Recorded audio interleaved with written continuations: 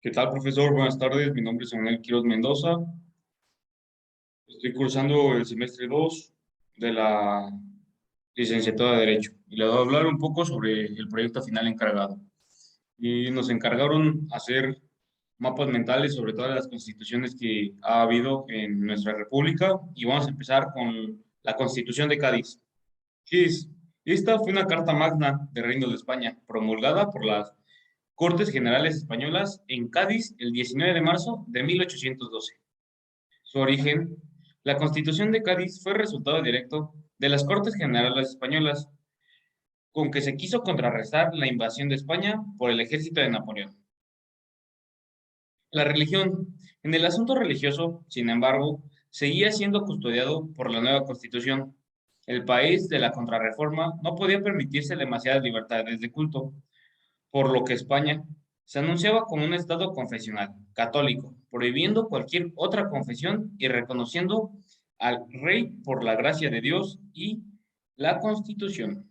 Y las libertades, la nueva Constitución garantizaba la libertad de imprenta y de industria, el derecho de propiedad y la abolición de los señoríos, lo cual representaba un salto enorme hacia la libertad para una nación. Hasta, hasta ese entonces se había mostrado sumamente conservador. Seguiremos con la Constitución de Apatzingán. Su origen. Esta Carta Magna fue la primera constitución redactada en México y promulgada por el Congreso de Anáhuac el 22 de octubre de 1814. Su gobierno. Respecto al gobierno, especificaba las provincias que integran el territorio nacional, las facultades de los tres poderes, ejecutivo, legislativo y judicial, las funciones del Congreso. Creaba un poder ejecutivo integrado por tres personas y sus tres secretarías de Estado: Guerra, Hacienda y Gobierno.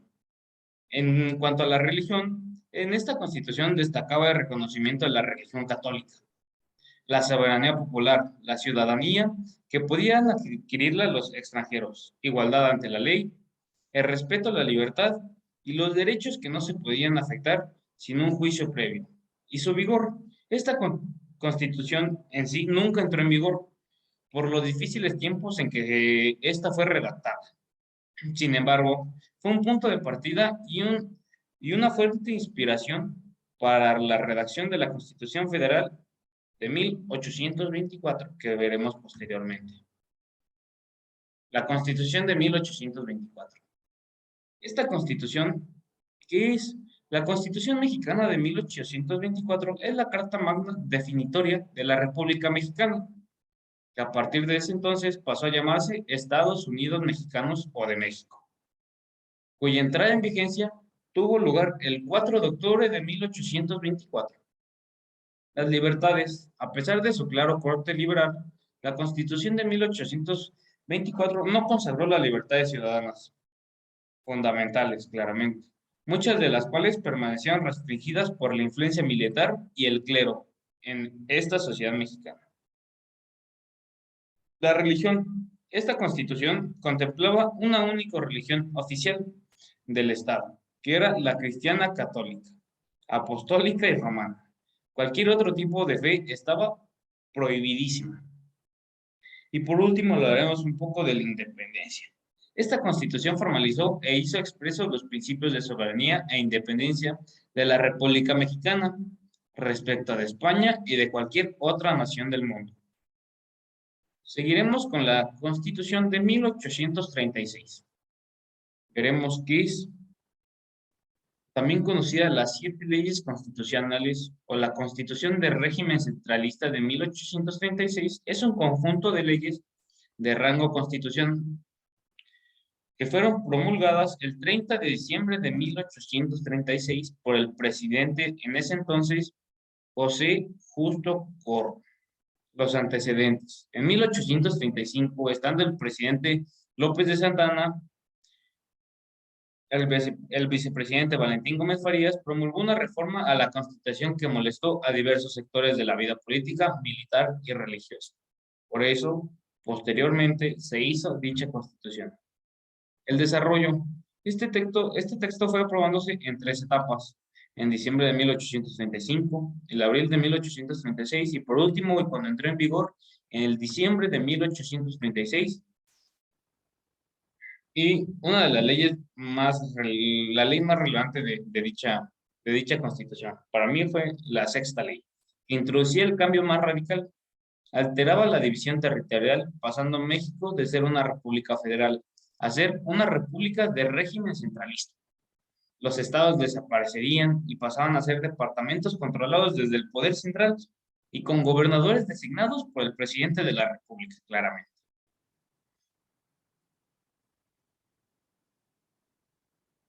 Seguiremos con las bases orgánicas de 1843. Aquí veremos brevemente qué es, cuándo se promulgó y algunos de los títulos más importantes de dichas bases.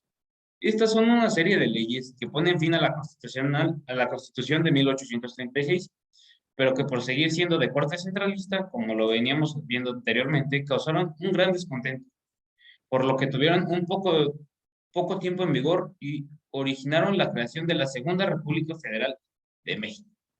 Estas bases orgánicas estaban conformadas por 11 títulos, los cuales a su vez están formados por diferentes artículos.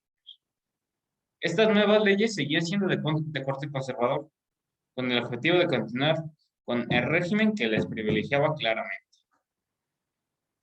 Veremos los títulos que a mi consideración fueron más importantes. El título primero está formado por 6 artículos y establece la forma de gobierno, la fe religiosa y distribuye el territorio de la República. El título segundo, que está formado por 4 artículos y establece los derechos de los ciudadanos, así como sus responsabilidades ante la misma ley. Y por último, el título quinto, que determina las funciones, prohibiciones y requisitos para formar parte del Poder Ejecutivo. Seguiremos con otro.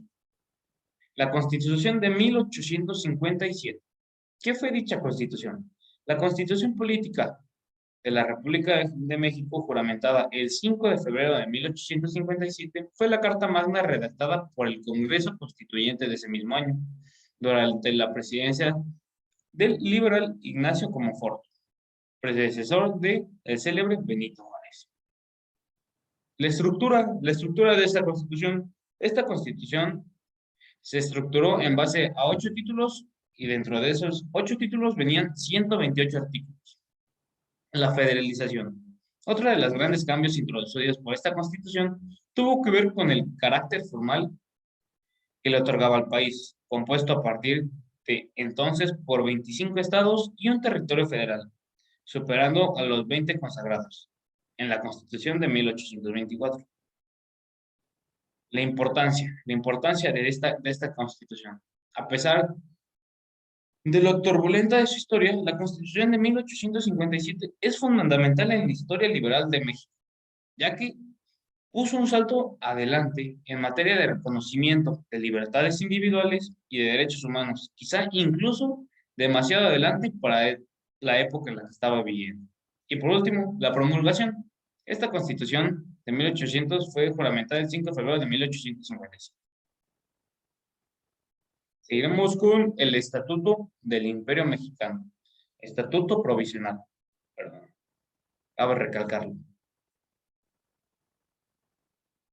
El contenido.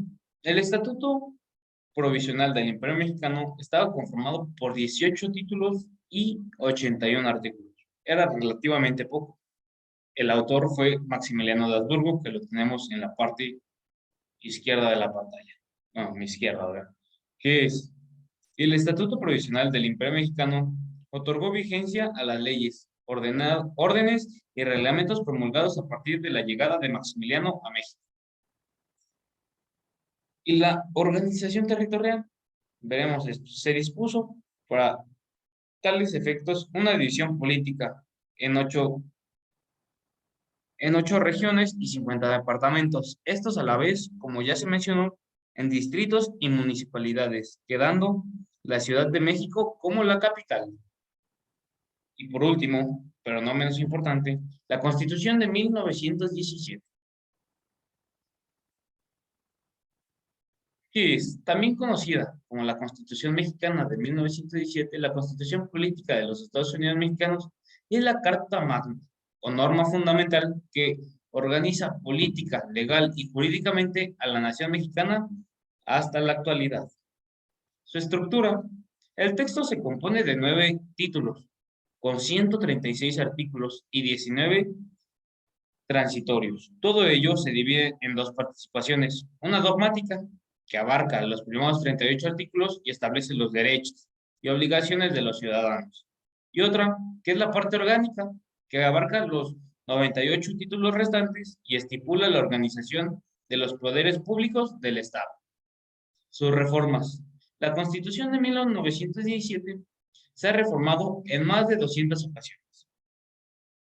Son bastantes, al parecer. Desde su promulgación, obedeciendo a lo contemplado en el artículo 135, que este dice que se requiere de la aprobación del Congreso de la Nación con voto de sus 2/3 partes y que las reformas sean aprobadas luego en la mayoría de las legislaciones provisionales.